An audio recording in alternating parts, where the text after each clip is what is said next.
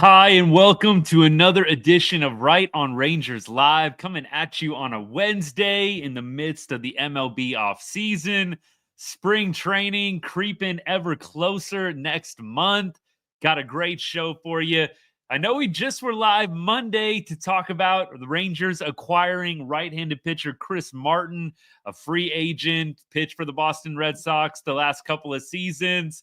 But we're back again. We've got more to talk about. Some rumor mill stuff. Who might the Rangers still be in on? I think as I did some digging, there were a couple surprises in there. I'll throw them your way. See if you were in the know or not. Watched an interesting podcast over the weekend. Adrián Beltré doing a Road to Cooperstown podcast revealed some very interesting things about the 2011 World Series. No, it's not what everyone wants to relive, but we're going to dig into it.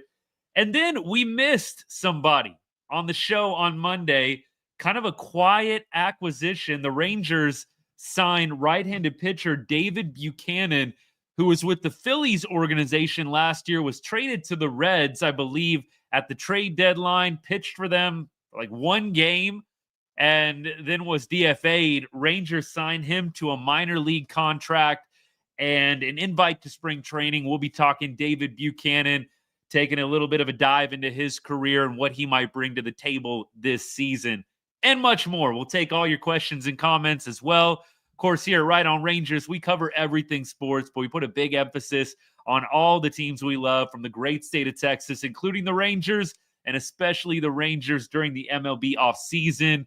Thank you for choosing Right on Rangers for all of your Texas Rangers content.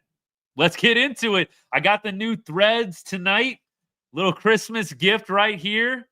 Believe it or not, I owned an A-Rod jersey like way back in the early 2000s. Still have it somewhere, probably in storage.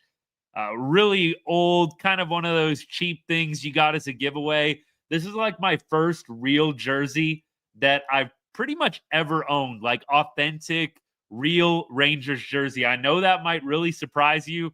I'm kind of a jersey guy, admittedly. I buy the cheap t-shirts with the number and the name on the back. We got spoiled this Christmas. The wife got me a really, really nice Corey Seager jersey. Here it is, man. You're going to see this a lot more. I'm so pumped. One of the best Christmas gifts I've gotten in a long time. So thank you for indulging me and taking part in my joy. Now, let's get into the show, and I'll check comments as we go along.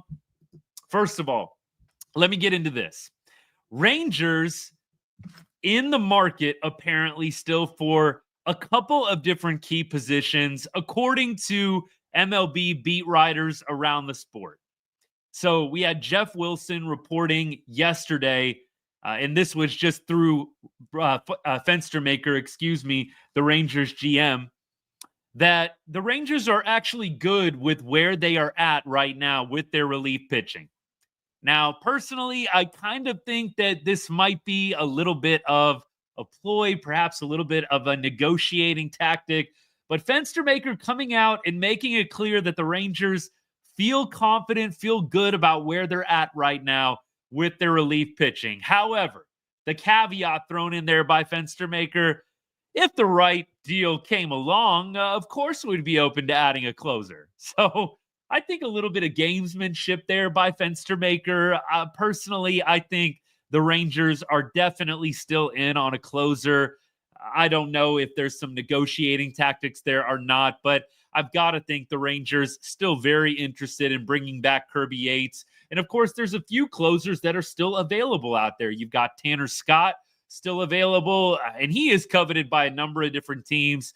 I told y'all on Monday, I do not feel as confident about acquiring Tanner Scott. You've got AJ Minter, a Texas boy, still in the mix. Could they double up on the Texas natives and go get AJ Minter? I wouldn't mind a deal like that. But I think Kirby Yates is the fan favorite. And look, I've gone back and forth this offseason. A strong part of me is hesitant about Yates. You have a career year like Kirby Yates just had. It's so hard to duplicate. And Kirby Yates is getting up there, upper 30s. He's going to be 38 by the start of the season. it would not be the worst thing in the world if the Rangers got a little younger. But I still say if you can work out a favorable deal for Kirby Yates, I'm not going to be mad. I'm definitely not going to be mad. I do feel like you may want to try and get younger at that position. But if you feel strongly Kirby Yates can come back and give you at least something close to what he did in 2024, great. And you'll see me celebrating the move. I'm just saying, as the GM, as I put on my GM hat, if you will, a part of me just is a little concerned about the regression and the age if there is somebody younger and just as good available. Kirby Yates is a legend, though, for what he did for us last year. I mean, what, a 120 ERA? Did he get some Cy Young votes? I mean, that was pretty wild how crazy good of a season Kirby Yates had. I don't think anybody expected that. Again, they bring Kirby back. No complaints from me. But Fenstermaker playing a little bit of the mind games, I feel like. We're good. We feel really great about who we've got, but we'll make a closer deal if the move is right or for the right price or whatever the language was, something along those lines. I think the Rangers are still very much in play for that closer position. Now, an interesting rumor that I read about, Jack Flaherty. Jack Flaherty obviously pitched for the Dodgers. He obviously pitched for, I believe, the Tigers as well earlier on in the year, kind of bounced around. Or was it the Baltimore Orioles? Man, it's been a long day. Ended up with the Dodgers. I'll go to Jack Flaherty's numbers here in just a little bit. But Jack Flaherty, in regards to him, Will Salmon, Katie Woo of The Athletic reporting the Tigers, Cubs, Giants, Blue Jays, Rangers, and Padres are all teams that could still be in the market for rotation upgrades. Okay.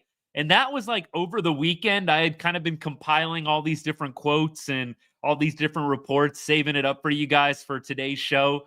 So I don't know what to make of that. I really thought the Rangers were done with the starting pitching and with the rotation. CY in the exit interviews did say that re-signing Andrew Heaney was a top priority. So I don't know what to make of a report like this, that the Rangers could still be a match for a guy like Jack Flaherty. I mean, I wouldn't complain. I do know the Rangers are very much interested in not repeating the issues that they had last year, which was a bevy of injuries and lack of rotational depth, especially when you had the big names go down. Nate Eovaldi was down for a period of time. And then you had a couple of other guys. John Gray went down. Almost everybody. Cody Bradford.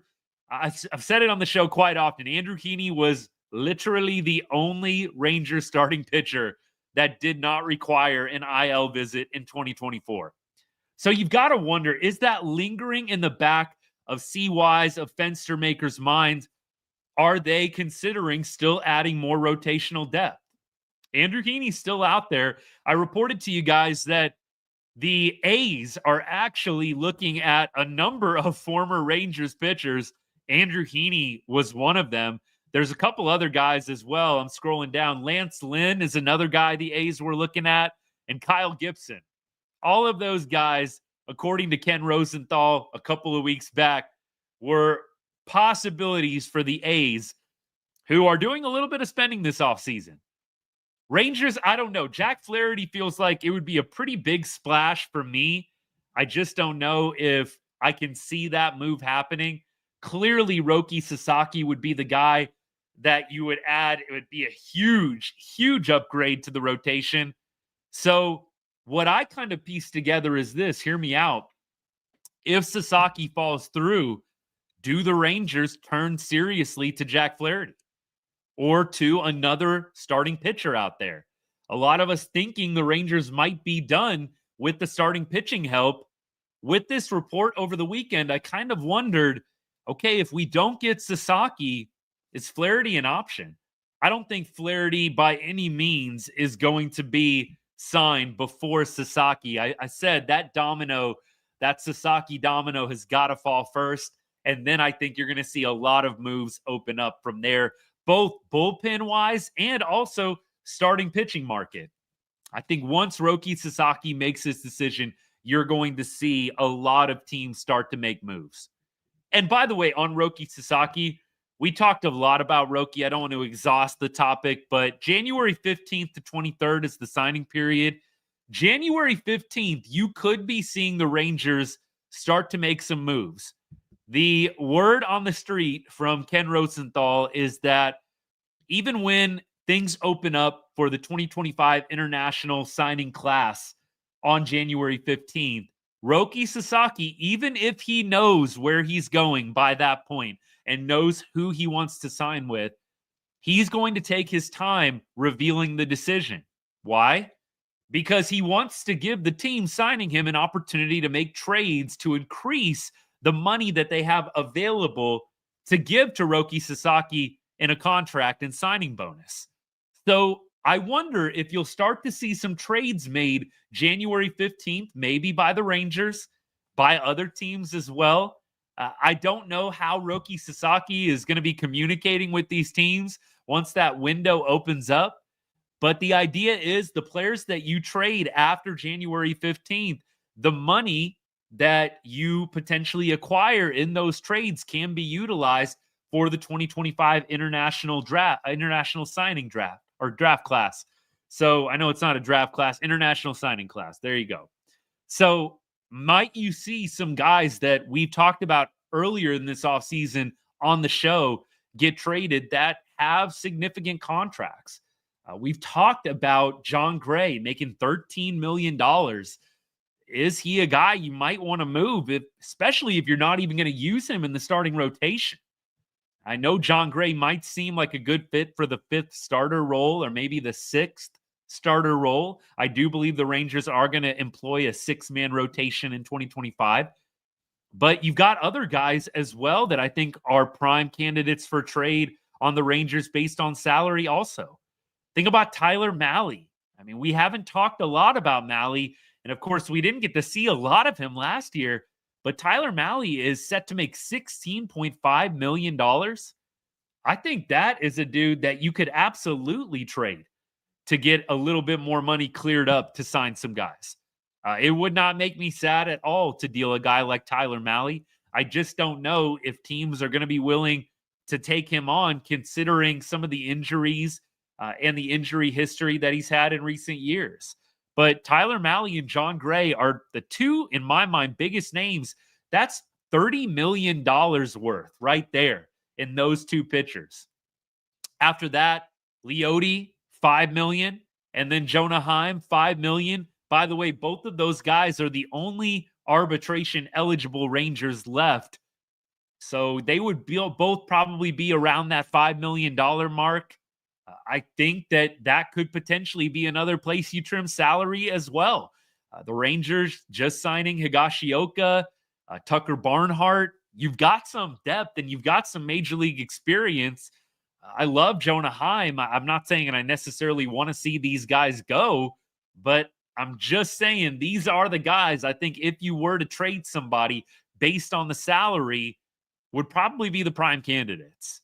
We'll see what happens January 15th. I am fascinated whether Sasaki ends up with the Rangers or not to see where he lands. All right. That was a big opening. Appreciate all y'all hanging out. Let me keep going and check some comments real quick. Let me see. Did I see Rose's comments about future signings? No, Natalie, clue me in. By the way, thank you for the comment. Appreciate you. Let's go scroll back a little ways here. I know I got to catch up with some people. Appreciate all you guys tuning in. Thank you so much. Let me see what we got. Appreciate the follow, by the way. I see a couple people followed. Thank you.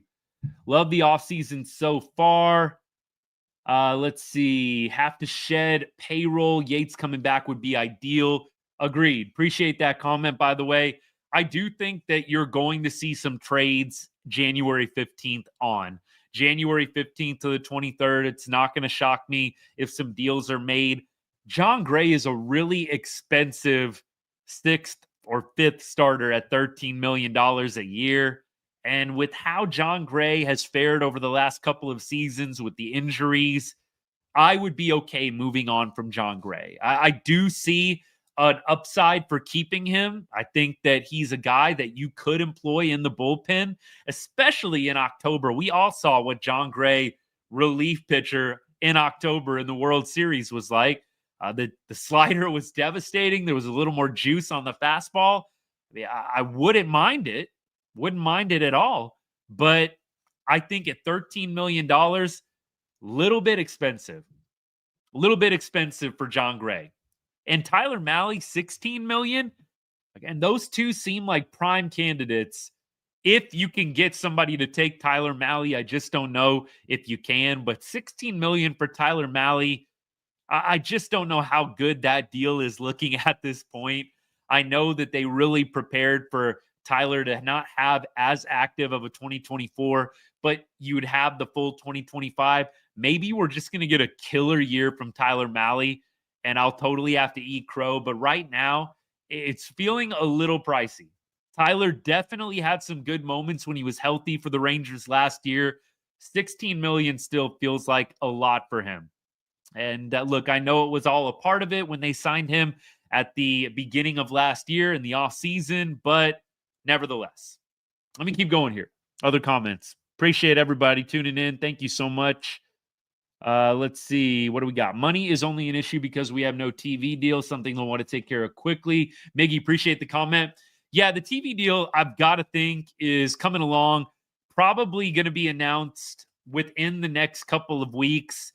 They've got to announce the TV deal or whatever streaming service they're coming up with before spring training. I've got to think over the next 4 weeks, they're going to figure out the TV deal situation. I think that they've probably already got a pretty good clue because you've actually seen the Rangers be pretty active, giving out money, signing people. It really does make me think they've probably got a pretty good idea of the TV deal or the streaming service. I really don't think that they're just totally clueless at this point. I think if they were, they probably wouldn't be spending money the way that they are, giving Jock Peterson $37.5 million, going out and signing some of these other guys, giving Evo $75 million. I don't think they'd be shelling out this cash if they just had no freaking clue what was going on with the TV deal. Just my opinion. Don't have any insight or don't have any special reports there, but just what I think in my gut. I think they've got most of it figured out, just waiting to really put a bow on it and announce it, make a big deal, hype it up, all that good stuff. Keep going. Keep going here. Appreciate all you guys tuning in. Thank you. Thank you. Expectations for Wyatt this year. I'm going to go 25 homers and 90-plus RBI. I think that has got to be what we get from Wyatt. 25 bombs, 90 RBI, but I think that his potential is a 30-30 guy, and I've said that a couple of times this offseason. I do think Wyatt Langford is a guy that can hit 30 bombs, steal 30 bags, absolutely, especially if he's hitting up at the top of the lineup, 100%. Keep going here. Thank you for everybody tuning in. I see a couple more people have followed. You guys are awesome. Thank you. Thank you. All right. I think I'm caught up. If I missed something on TikTok, y'all let me know. Mike, the Jack Flaherty rumors. I read an Athletic article over the weekend. It was, I think, Katie Wu and I'm trying to remember off the top of my head, the other guy, the reporters, Will Salmon. And they were talking about Jack Flaherty. And they just mentioned in regards to Jack Flaherty that the Tigers, Cubs, Giants, Blue Jays, Rangers, and Padres are all teams that could still be in the market for rotation upgrades. Look, y'all know how it goes. This is a time in the MLB offseason where a lot of people throw different things around, rumors, they're trying to get clicks. I'm really just reporting what I read. I'm not making anything up myself. I really am not in the business of knowing any kind of crazy insider info, but I definitely do a lot of reading and I keep up with the Rangers as best I can. So I don't know if we've even reached out to Jack Flaherty's camp, but my inkling is that if we don't get Sasaki, I wonder if the Rangers will go out and get another starting pitcher. I do think right now they probably do have enough depth to make it through. But if you go out and add a Jack Flaherty, you have that three-headed monster, DeGrom, Evo, and then Flaherty. That'd be outstanding. Now, the pitchers we have now, because I've got a comment here. Can I name the four or five starting pitchers? Right now, as it is, it would probably be Evo, DeGrom, Cody Bradford. And then after that, who knows exactly, but Tyler Mahle, I think, has to be your number 4 guy. He might be your number 3 guy at this point. Then you've got John Gray, you've got Dane Dunning, you've got Kumar Rocker, you've got Jack Leiter. You got a lot of different options that you can plug into the 5th and 6th spots. So that is right now who we have starting pitching-wise. Now, let me keep going here. Big E, what's good? It's been a little while, man. Thanks for tuning in. Thank you so much for the kind words. Happy the Rangers are making moves as well. Not like Jerry and the Cowboys. Rangers are actually trying to get better. Like, I don't think CY made some crazy proclamation like Jerry did. Like, we're all in this offseason. You really didn't hear that from CY, but the dude's spending money. Like, the Rangers are spending money this offseason.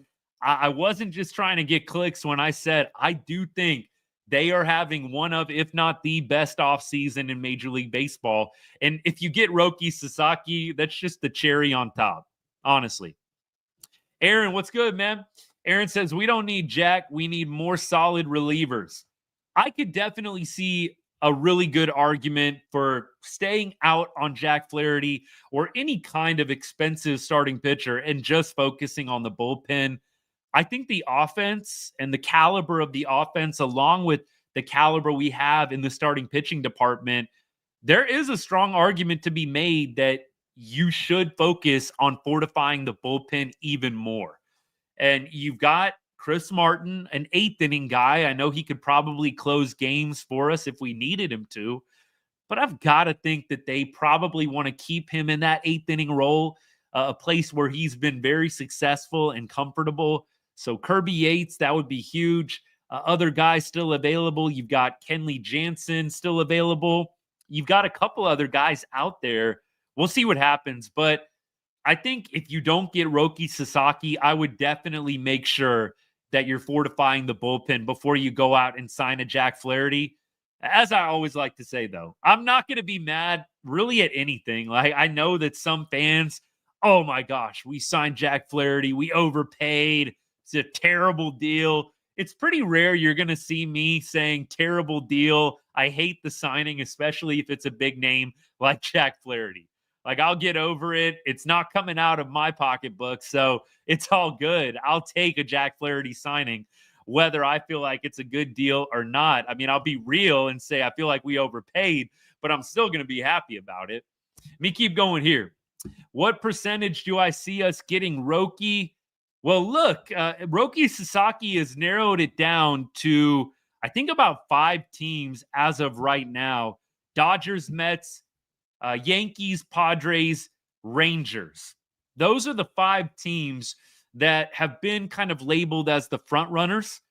But I do think it was reported that Sasaki also met with the Cubs and Giants. So that would make 7 total teams.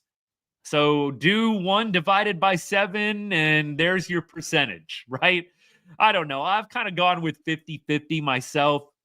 I know some Rangers fans are a lot more down on the prospects of getting Sasaki, but I really do feel like the Rangers have a really good shot with the additions that they've made, just winning a World Series. They have a lot of guys still left over from that World Series team. I think a lot of free agents look at Texas and see a winner, see a champion, and see players that are of that caliber as well. So I would like to think the Rangers have a decent shot at signing Sasaki. I don't think it's any higher than 50% if you're going to make me put a number on it. But January 15th can't come soon enough. So a week from today is January 15th when Roki Sasaki could sign. But again, we said earlier in the show, he probably won't be signing until later on, giving the team that he ultimately decides to go to a little bit of time to build up more money, more pool money for that international signing class. Mike says, if they actually are in on Flaherty, that would mean they don't like their odds to get Sasaki, but I still like our odds to land him. So, yeah, I do really feel like the play right now is if you don't get Sasaki, then you pursue a Jack Flaherty. I think Sasaki is holding up quite a few names right now. I think a lot of pitchers are waiting on Roki Sasaki to get signed. I really do feel the second that you hear where he decides to go to, where Roki goes, you're going to see a lot of other pitchers start to find their homes for 2025.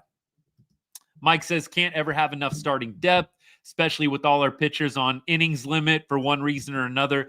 That's the argument for going out and getting a Jack Flaherty if you don't get Sasaki. That's the argument for maybe trying to see if you can get Andrew Heaney back. Shoot, I mean, look, you're not expecting Andrew Heaney to be your ace, but the guy stayed healthy all of 2024 and gave us a consistent chance to win ball games. We gave him putrid run support. I would be very much in favor of bringing Andrew Heaney back on a reasonable deal. I wonder if the Rangers are still going to add another piece in the rotation, another starter. I think they're going to fortify the bullpen too, but the reports that I've been reading just makes me wonder if, even if they don't get Sasaki, might they still go out and add some more depth at the starting pitching spot? All right, we'll keep going. David, what's good, man? Thanks for the comment. David says, I think Sasaki will sign with us, and when he does, I think we trade Gray and sign a closer. That's the blueprint, my friend. That is what I would like to see. I would like to see get Sasaki. Then after that, you trade one of the guys that has a high salary. Maybe it's Malley. Maybe it's Gray. Maybe it's both. And you go out and you get some solid relief pitching, preferably a Kirby Yates type or one of the other closers that's available. I think this would be a great strategy. I'd love to see the Rangers make it a reality. Big E says, one more bullpen piece, we should be good. I'm sticking with Yates. He was one of our all-stars last year. If we sign Sasaki, oh my goodness, we would be amazing. If we sign Sasaki, you're going to see those World Series odds jump right on up. Rangers are like 25-1 right now, which I can't even believe. I feel like they should be higher. Astros are like at 12-1. Rangers are at 25-1. I don't know. Something's off there. Whoever's writing those lines, I don't know. How well do they really know baseball? I don't think the Astros are that much better and should have that much of a difference in their odds than the Rangers at this point. For me, I think Sasaki joins the club. We jump right up there into top 5, at worst, top 7 best odds to win a World Series. That's my thought. All right, keep going. What do I think of trading for Ryan Helsey? I mean, I kind of wonder if the Rangers are going to be doing any more trades for actual major league talent. I think that I could see them doing trades to get money, right, to clear up space. But I just don't know if they're going to be making trades for talent at this point, like a Ryan Helsey. I feel like the play is dump some salary. Maybe you get the pool money. Maybe you can get a couple of prospects thrown in. I don't think the Rangers are going to be trading for major leaguers at this point. Could be wrong, but I feel like there's so many free agents available. You're probably going to see them sign one of those guys versus giving away capital to try and get one of the top relievers that's left over, or that is open, or that is on the trade block from another team. John, no worries, man. Thanks for tuning in.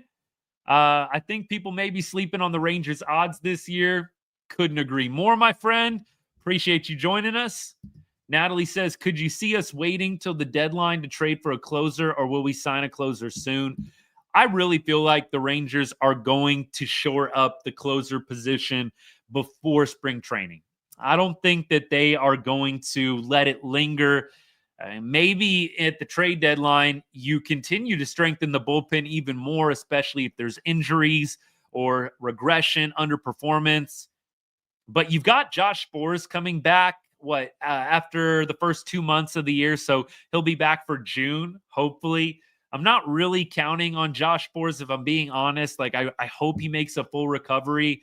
But I just kind of wonder how reliable, how healthy is he going to be able to stay? Clearly, I'm wishing all the best for him, but I just don't know how much you can count on Sporzy to come back and give you 4 strong months and October.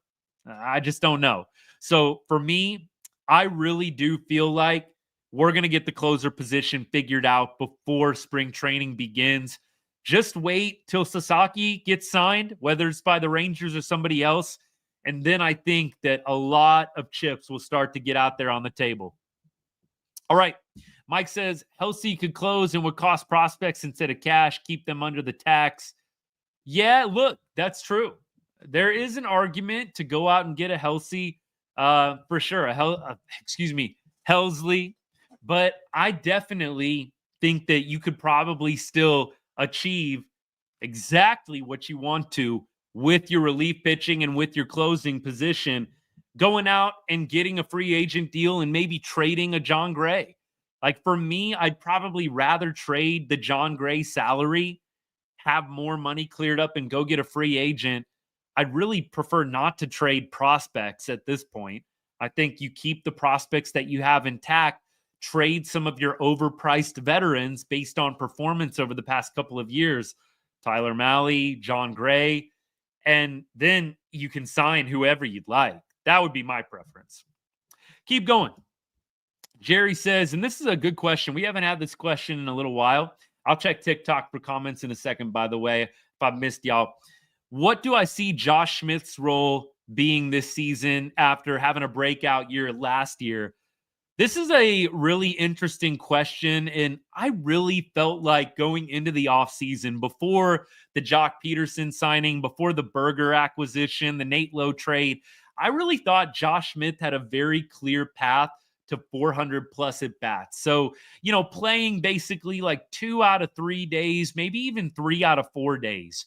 I really thought Josh Smith would have a clear path to playing time, but with the Berger acquisition, with the Jock Peterson acquisition, with Leody Taveras still on the roster as well, I just wonder, where are they going to play Josh Smith? Like, you're going to have Young, you're going to have Seager, you're going to have Simeon. You're not probably going to play Josh Smith in the outfield. I know that he played there like randomly a few times here and there over the last couple of seasons, but where are you going to play Josh Smith? I mean, you're going to give him a breather. You're going to give like a Young or a Seager or a Simeon perhaps a breather and be able to plug him in there. But I really don't think that Josh Smith is going to be getting regular, frequent playing time. I think that you're going to see him probably playing every maybe 3rd or 4th day when one of those infielders needs a break. We don't really need him to DH. You've got Jock Peterson.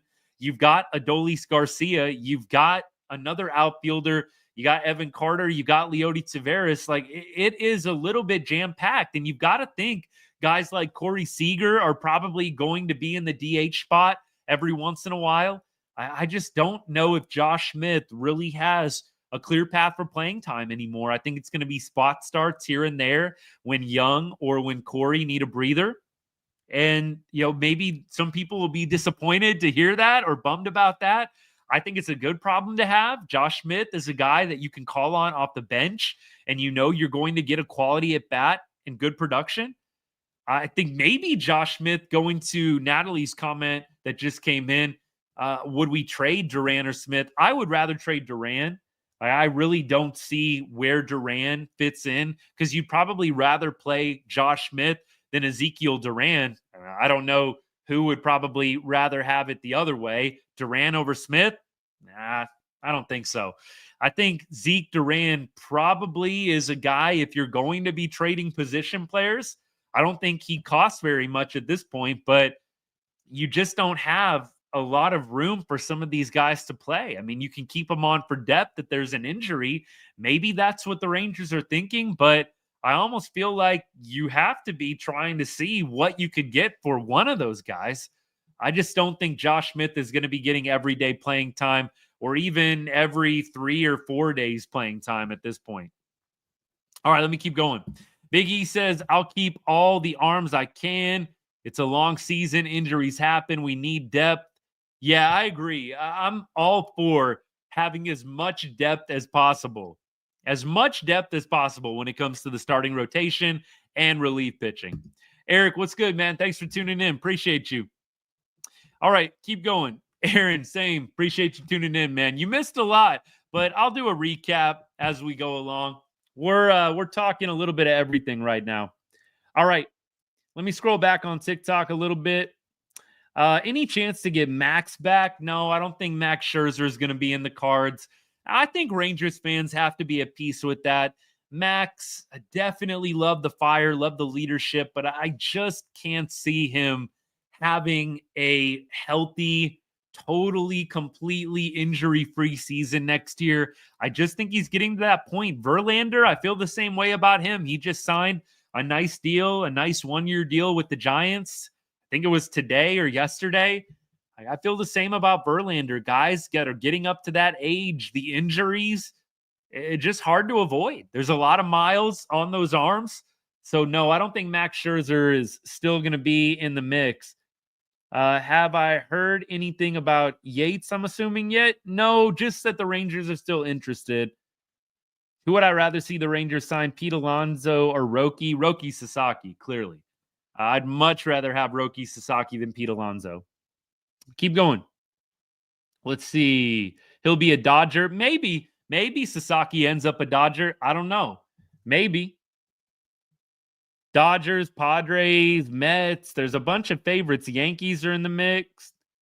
Max is maxed out. Yeah, I would say that's kind of how I feel at this point.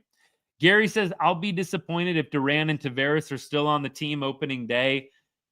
I don't hate any Rangers player, but I will say, like what Gary just said, I would not mind at all if Zeke Duran or Leote got moved on from. I think that their playing time is going to be pretty limited.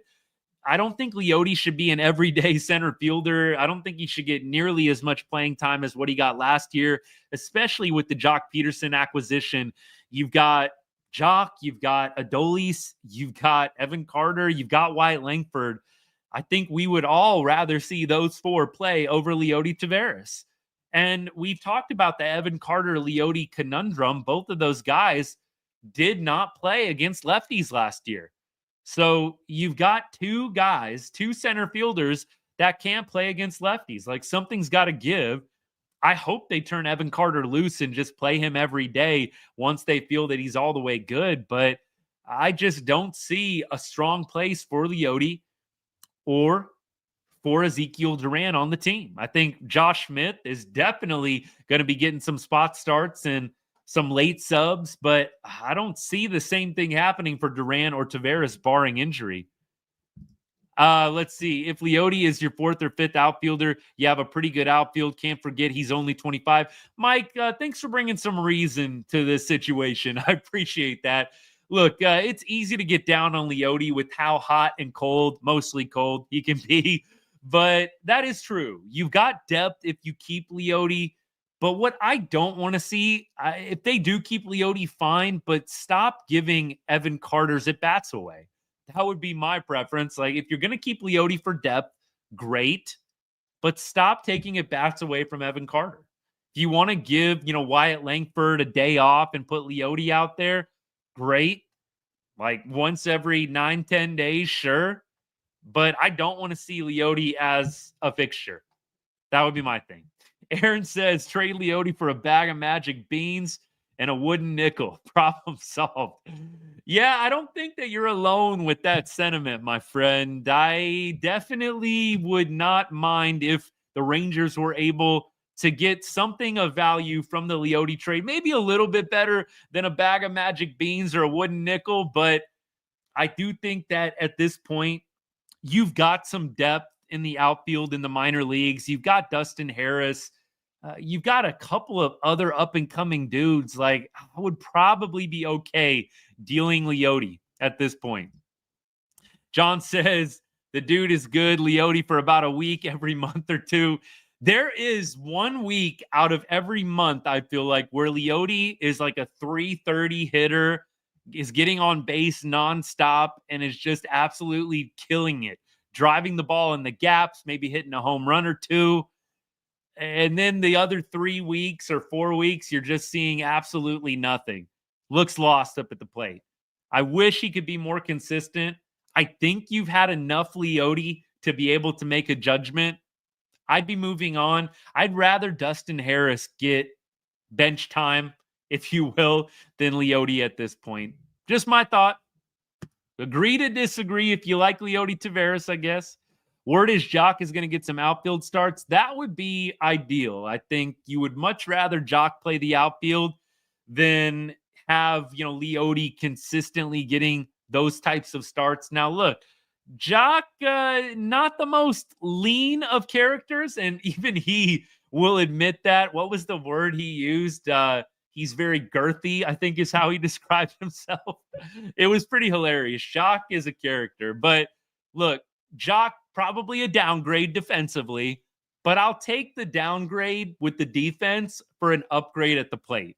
I really will. I think that whatever Leote gives you better than Jock defensively, you will much more appreciate having a consistently good bat in the lineup in Jock Peterson. Let's see. You also got to remember Taveras has done it year in and year out. The other two haven't yet.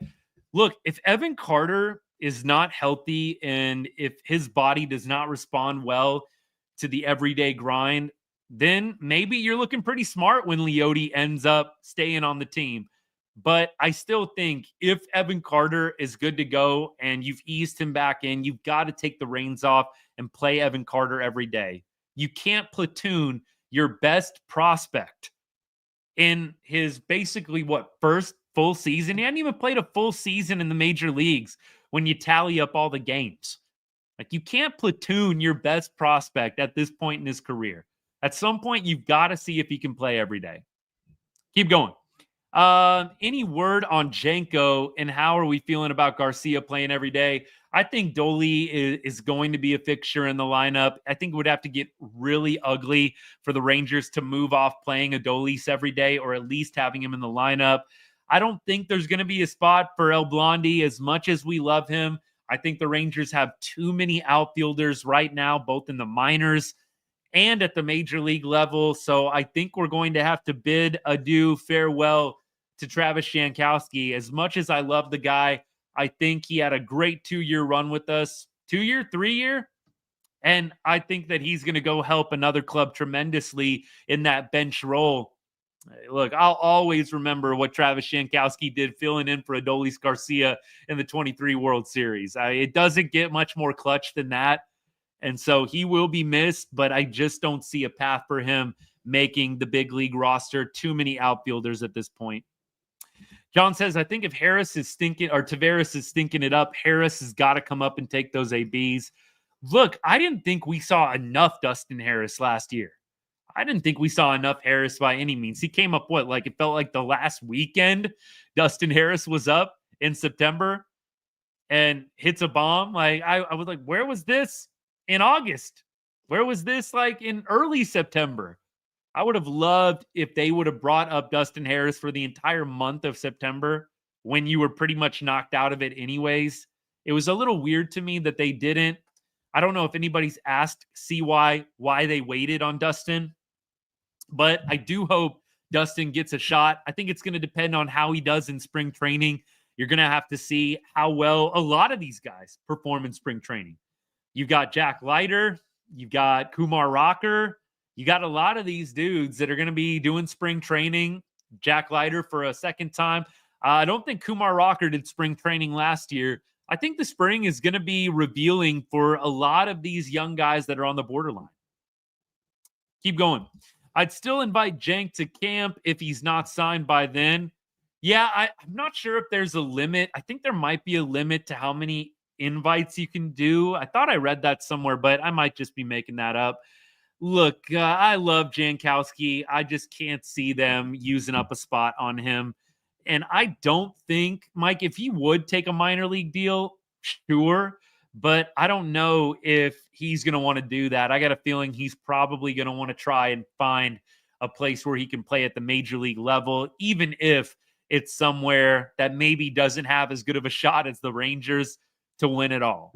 I would be really surprised if Travis was willing to do some kind of minor league deal with the spring training invite, but Maybe he is. I have no idea, and I have not heard anything on the market for Travis Jankowski at this point. All right, back to TikTok. I've got a few new messages from what it looks like. Appreciate all you guys. Thank you so much. Good luck coming in behind the Astros yet again. It wouldn't be a show without some Astros trolls coming into the chat. Look, I am very bullish on the Rangers dethroning the Astros in the AL West this year for obvious reasons. Look, Jock Peterson put it well. They had a nice little run, but I don't see the same dominance from the Astros that I've seen in years past. Look, to Jock Peterson, going back to that point, one of the things that they noted, and this was from a Fangraphs article, I believe. I'm going to go to my notes real quick on this one. So Fangraphs article came out, and it was just talking about the Jock Peterson deal. And they were specifically talking about the division rivals, the Mariners and the Astros as well. And here was the quote. This was Esteban Rivera, Fangraphs. Peterson's proficiency against right-handers could be crucial.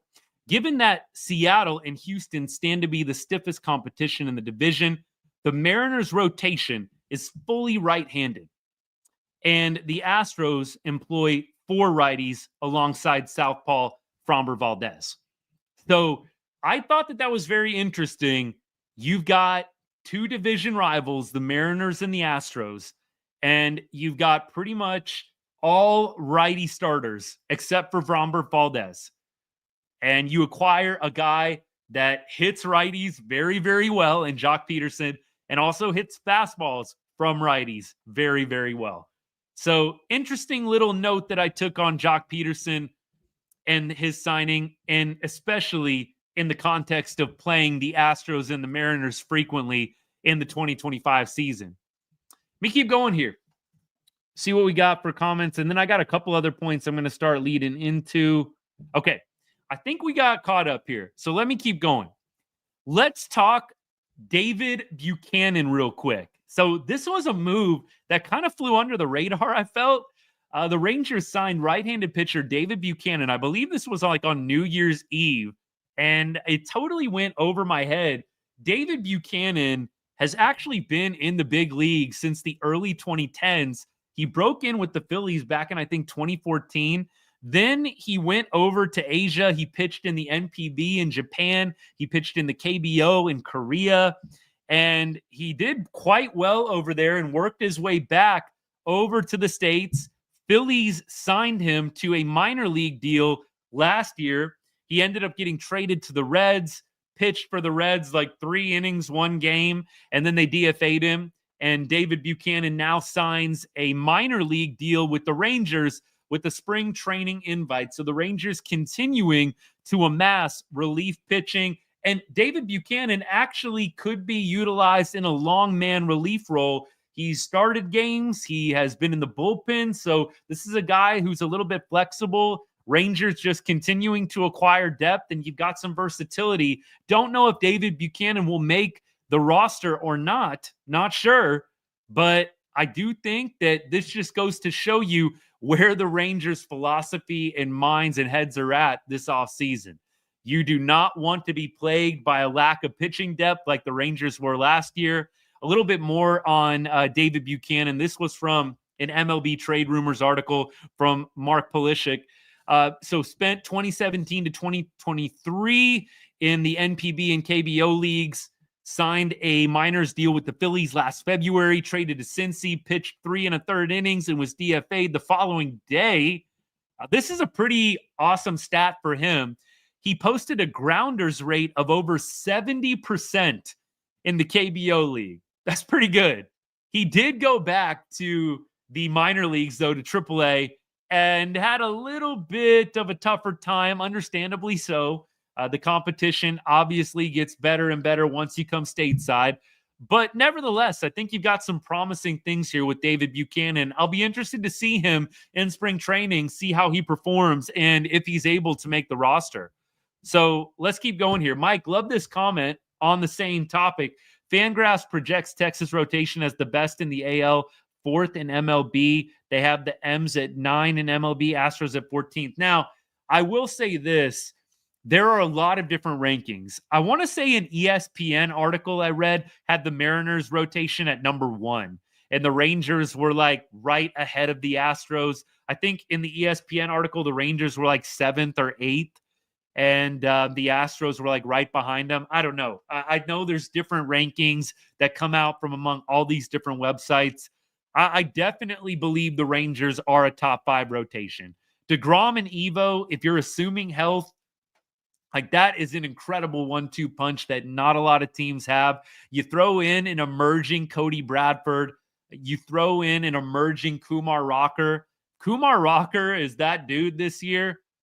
This could get really ugly quickly, and the Rangers could start running away with things. I really do feel very positive about a bounce-back season for the Rangers. I've said that so many times, and the Rangers have done a number of different moves to validate that and to really strengthen the chances that they will, in fact, be back in October baseball in about 6-7 months or so. All right, let's keep rolling. So more notes, more things to go through. I don't want to bring down the vibes, but I just had to go through this with y'all. So was listening to MLB radio over the weekend. Adrián Beltré was on, I believe, it's called the Road to Cooperstown podcast. And they were talking to him about the 2011 World Series. I know. We got to go there. We don't bring up 2011 too often here on the show for obvious reasons, but it's a little bit easier to do so with the 2023 World Series. But Adrián Beltré, when asked about that pivotal 9th inning in Game 6, and I actually went back and I rewatched the 9th inning to validate some of the things he was saying. Not that I thought he was lying, but I was just like, I don't even remember that. I think I tried to block it out of my memory. So when David Freese stepped up to the plate, Adrián Beltré and Elvis Andrus walked to the mound before the at-bat even starts. And Beltré said this about Freese. He said, Freese had killed us before on middle away breaking balls, but we knew he had a hole middle in with the fastball. So during the mound visit that Beltré makes to Neftali Feliz right before the David Freese at bat in Game 6, he says, listen, you have to throw him a fastball in.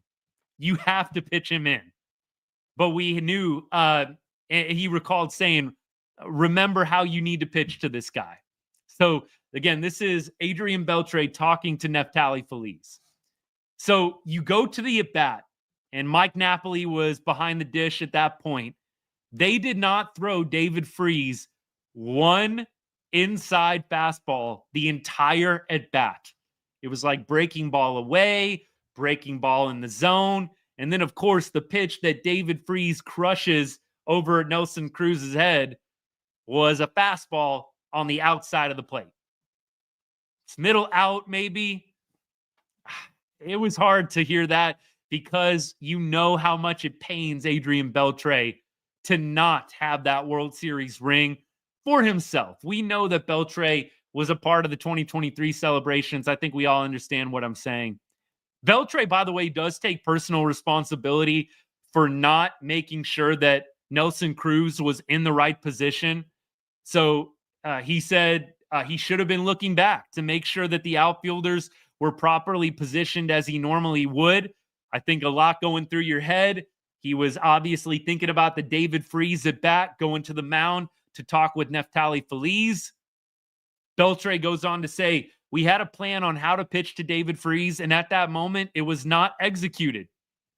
And we did not even try to execute it. This is Beltré, word for word. It was not that Feliz missed the pitch. For some reason, he must not have been comfortable. I don't know what the reason was. He just didn't throw him inside. This was Adrián Beltré on the Road to Cooperstown podcast over the weekend. I was pretty floored when I heard this, just a revelation that I was not expecting from Adrián Beltré, getting candid, so candid about the 2011 World Series, which you know is probably hard for him to do. But this sheds some light, and I don't know what you make away from it beyond it just is that crazy, heartbreaking one that got away, and you wish you could have it back. I have no idea. I'd love to get Neftali Felice's perspective on this one, but it is crazy to me that they had a game plan on David Freese, pitch him inside, like hammer the inside fastball, and you didn't throw him a single inside fastball in that entire at bat. I still say Nelly Cruz got to make that catch. And we're not going to go on forever on 2011. I still say Nelly Cruz, no doubles, bad positioning, Beltré not checking on him, whatever. You got to make that catch. But Neftali Felice not even pitching to the game plan? That's wild. I would love to hear Felice's perspective on that one. All right, let me keep going here. Yeah, I really don't know, Mike, how you don't listen to Adrián Beltré. If I have Beltré coming in, a young Neftali Felice, and I've got Adrián Beltré, a dude that's been killing it for the past 13 years since the late 90s, I'm starting to throw that inside fastball. And look, when you watch the broadcast, it's hard because they're going to so many different people's faces. Like they're panning to the Rangers dugout, Ron Washington. They're panning to the Cardinals dugout. They're panning to the fans. And you can't really see the Napoli-Felice interaction. Like, was Neftali Felice shaken off? What was he doing? So not sure on that one. Don't know what was going on. Oh, how different, how very different it could have been. The biggest takeaway I have from that, and the biggest thing that really continues to stick in my mind, Josh Hamilton should have been a freaking legend after that World Series game. Josh Hamilton hitting a 2-run bomb to put the Rangers ahead by 2 runs and just never got a chance to have that moment and have that glory. Josh Hamilton, full disclosure, one of my favorite Rangers players of all time.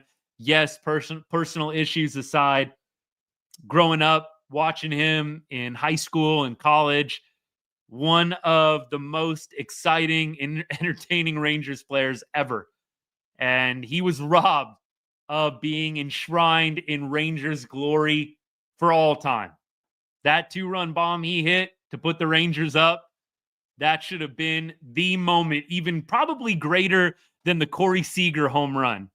The Corey Seager home run, I think, is the greatest moment in Rangers baseball history. The game-tying Corey Seager bomb. I know it was game 1, but I feel very strongly that's the moment right there that the whole World Series turned, and that is the biggest moment in Texas Rangers history. But Josh Hamilton and the 2-run bomb he hit in game 6, that should have been the greatest moment in Rangers history. And he was robbed of it. 2011. At least we have 2023. Am I right? All right, y'all. Let me keep things going here. So to close out the show, because we've been going for almost an hour now, I had a few other notes that I wanted to read to y'all, a few other things that I compiled. So let's talk relief pitching right now. This was, by the way, a Baseball America article talking about some relief pitching that could emerge from within the Rangers organization. So Mark Church, a guy that we've actually talked about over the past couple of episodes of Right on Rangers Live here, Mark Church has a shot to be a part of the Rangers rebuilding their bullpen, according to Baseball America. They also added that fireballer Emiliano Teodo could also be a guy that helps in that rebuilding process, but he also has a shot to be a starter. So Baseball America thinking that maybe there could be an opportunity for some of the Rangers players that are already on the 40-man in the minors to make a big difference and make an impact. We talked about Josh Sborz being out for the first 2 months of the season. He had shoulder surgery in early November, so he should be back in June if all goes well. And beyond that, I think I'm pretty much all the way done, y'all. I'm going to make sure I didn't miss any comments, and then we're going to sign off for the night. It's been a great show. Let me make sure I didn't miss anything here. I'm going to take it slow on TikTok. I got to scroll back. I hate it when it does that to me. I'm like going down the comments, trying to go in like nice chronological order. And then all of a sudden, womp womp, all the way down to the bottom. All right. Beltré should have walked to right field and told Cruz, you have to watch the fly ball. Yeah, look, I think that Nelly Cruz deserves a fair amount of blame for not catching the ball in the 2011 World Series. I'm totally real about that. I don't blame Beltré. Yeah, sure. Beltré definitely could have done a better job. He admits he could have better positioning Cruz. That was one of his jobs as the third baseman out there. But look, Beltré can't do it all. Nelly Cruz got to catch a dang fly ball. Am I right? Beltré was a true captain, taking responsibility 100%. He is taking responsibility, but also in this podcast, he reveals he tried. The dude tried. He goes to Neftali Feliz and says, don't throw this guy middle out fastballs. Don't throw him breaking balls on the outside. Throw him inside. And Neftali Feliz, for whatever reason, inexplicably, does not throw any inside pitches in that at bat. I grew up watching Rusty Greer, Juan, and Pudge. Hamilton made me fall in love with the Rangers. Same for me. Late 90s, loved all those players. No disrespect to Pudge, to Rusty, to Wangan. But Hambone for me is that dude. Corey Seager and Josh Hamilton. Those to me are the two biggest Rangers legends. Nolan Ryan, I know, is probably always going to be the one that sticks out in everybody's mind. But I think Corey Seager, Josh Hamilton, Nolan Ryan, that's the trinity of Rangers baseball right there in my book. Those three. And obviously the World Series in 2023 has a lot to do with Corey Seager being there. Nolan Ryan, I don't even need to say anything on him. It's Nolan freaking Ryan. And then Josh Hamilton. And clearly there's a lot of what could have been with Hambone. But for me, MVP in 2008, 2011 should have been a World Series legend. Wasn't meant to be. That's my three. My big three. Tell me what yours are if you're still hanging out. Your top three Rangers of all time. Try and be objective like Rangers legends, not just guys that you liked. Try and be objective. Who are the three most legendary players for the Texas Rangers? Based on their accolades, based on their achievements, based on the hype, the lore, whatever you want to call it. Let me know. Who are your top three if you're still hanging out? All right, y'all. Continuing to check some comments. Mike says Teodo could absolutely be in the rotation this season later in the summer. He is legit good. Would love to see it. You imagine Kumar Rocker and Teodo popping and being like legitimate dudes in the rotation? That would be phenomenal. I would love to see it. Would love to see it. John says, so glad you brought up Ham. Dude was robbed of his hero moment in 2011. Just sad. He was. And then after that, it just goes downhill, right? It just goes downhill. 2012, the debacle. They get to the play-in game, if you will, the one-game playoff, lose. Then Hambone goes to the Angels, was never the same. It just bugs me. I know I'm probably seeming over the top, but that is one of the things that bugs me the most about 2011. Just a missed opportunity. Hamilton should have been a World Series legend. And if you're not a Rangers fan, nobody remembers Josh Hamilton's 2-run home run. Nobody remembers that 2-run bomb. And of course, everybody remembers David Freese and the ball going over Nelson Cruz's head. 2011. What could have been? Missed this. Aaron, appreciate you, bud. Thanks for all the comments. Let me keep rolling here. People are about to see just how good some of the arms in our system are this year and next. Mike, I love the enthusiasm, the positivity, and I think you've got the facts on your side, man. There are some very quality arms in the Rangers farm system right now. If you include Kumar Rocker, Jack Leiter even as well. I know I've been a little bit down on Leiter on the show. I really do feel like this is a put up or shut up year for Leiter, but the Rangers do have some good young arm talent. Brock Porter, I know that he had a little bit of an up and down 2024, but Brock Porter is in that mix. Absolutely. Keep going here. Pudge over all those guys. Look, Pudge is a legend. He really is. I just think for me with Pudge, and I don't want to get into disrespecting any Rangers legend, especially from that classic late 90s group, but for me, I gotta go with guys that majorly contributed to World Series and to these epic end of year runs. That's me. But Pudge, look, I'm not going to fault anybody, Pudge being on your Rangers trinity, if you will. Ryan Beltré Seager, if I'm forced to do 3. Love that. Beltré is probably number 4 for me. Beltré is number 4 for me. So I would probably go in no particular order with these top 3. I'd probably say Ryan, number 1, just for the notoriety and just for the lore, the legendary status he has. Then you got to go, I think, Corey Seager, Josh Hamilton. I go Adrián Beltré. 4th, probably. This is a great list of 3, no doubt. Let me keep going.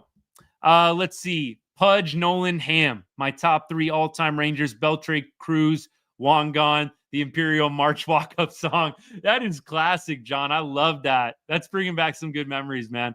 Huge Star Wars fan. At least I used to be. Yeah, that does bring back some really great memories, no doubt. Hey, these are some good lists. Like I said, I'm not trying to argue or hate on anybody's choices. Like everybody, it's going to get a little subjective at some point. These are all great names. I love it.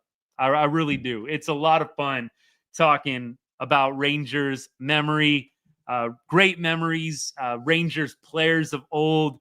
Some of my most fun conversations, honestly, talking Rangers. And look, my Rangers watching can probably go back like to late 90s, I would say. Early 90s, too foggy for me. Late 90s, though, and beyond, pretty much all in on tons of different Major League Baseball teams and players. But look, the year and the era that you grew up in influences a ton. But I love Rangers history, man. I love learning new things, whether it's from before my time, during my time. It's great. So thank you so much. I appreciate the good conversation. Natalie says, I think if Jack keeps struggling and starts this year, next season, he'll be moved to the bullpen. I don't think they want to give him up like a trade. I don't know. I'm not convinced that the Rangers won't move on from Jack Leiter if he is not showing you really, really improved performance in 2025. Maybe they hold on to him after this year if you get another mediocre season as a starter from him. But for me, I would probably be moving on from Jack Leiter in a trade if he is not showing you the performance and the potential that you know he has. I know that maybe some people will call me short-sighted, but I think that this is a big year for Jack Leiter. I think he has got to show you some improvement this year. Give me a little improvement, and I think we can hang on till 2026. But at some point, I think Jack Leiter has got to make that jump. We'll see what happens in spring training. We'll see what happens as the season begins. But I think this is a year for Jack to make a big jump. Keep going. Sam Huff claimed by the Giants. Why did he not make it with the Rangers? A little bit of a logjam at the catching position, but it's just consistency. I mean, I don't want to get too analytical, but I think Sam Huff is just one of those quintessential quadruple A players. And even when he, was down in triple A, he struggled a little bit this year too. He had a really good 3 or 4 year run. I want to say from 2020 to 2023 in the minors. He'd come up to the majors, really wouldn't get any kind of prolonged shot, but the chances that he was getting, he wasn't performing. And then I think he did have a legitimate down 2024. So I will say that the Giants, maybe they turn him around. You never know. Sometimes a player gets a change of scenery and they really start blossoming. I am with Mike. The dude struck out way too much. and was not consistent enough getting on base. The power was there. It was always there. But for me, Sam Huff, just one of those quadruple A players at this point in his career, like probably better than most players at triple A, but then gets to the major leagues and isn't performing. And so we'll see if the Giants can tweak some things, help him out, and maybe give him an opportunity. We'll see what happens. Clearly, Buster Posey and company see something in Sam Huff. We shall see. Time will tell. Keep going. Appreciate the follows. I see a couple people on TikTok followed along. Thank you so much. Deer Hunter says, Rafael Palmeiro, Josh Hamilton, Corey Seager. Raffy's a good one, man. Raffy had that smooth lefty swing. It was kind of funny. Did y'all see Rafael Palmeiro? He was like playing, was it in the independent leagues, or he was like playing like minor league ball, and he was like, in his upper 40s or in his early 50s or something. And the dude was like still cranking homers in batting practice. Like, look, I know Palmeiro, the steroids, whatever. I'm not a big steroid shamer, so I just want to give you like full disclosure. Look, I don't think it was the right thing, but I don't see it as, morally irreprehensible, like totally terrible, like some people do.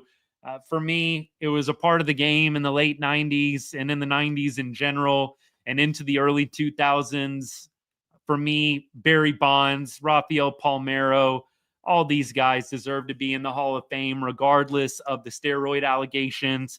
A lot of these guys were great hitters before they took steroids. Didn't need to take steroids, did it because probably a lot of other people were. Pressures to continue to perform at a high level. Not saying it was right, not excusing it, but I don't think it should be what keeps people out of the Hall of Fame. Rafael Palmeiro, Rangers legend as well. I got to say, that is a name that you think Rangers baseball with quite often. So I love that top three, Deer Hunter. Good one. Very good one. All right, y'all. I think I'm good on comments. Appreciate everybody tuning in. Thank you so much. We'll probably be putting out some reels, some content from the show. I've been trying to be better with the short vids. Sometimes that brings people in a little bit better than the long form. You know how it is. You guys have hung with me, and you have been extremely loyal in your watching. But look, a lot of people, they hop on. What's this guy yapping about forever and ever about the Rangers? So y'all know better, but been trying to put out some more short vids and short content for people to get drawn in. So you'll see a little bit coming out your way probably over the next couple of days. I will be live tomorrow, so you'll probably see me maybe in the evening again, go live. I'll be talking Texas Longhorns. We're going to go live after the Penn State Notre Dame game, and we're going to do a preview of the Texas Longhorns game against the Ohio State Buckeyes. Then we'll also talk a little bit of Penn State, Notre Dame as well. So we'll do a little pregame show Thursday night, tomorrow night.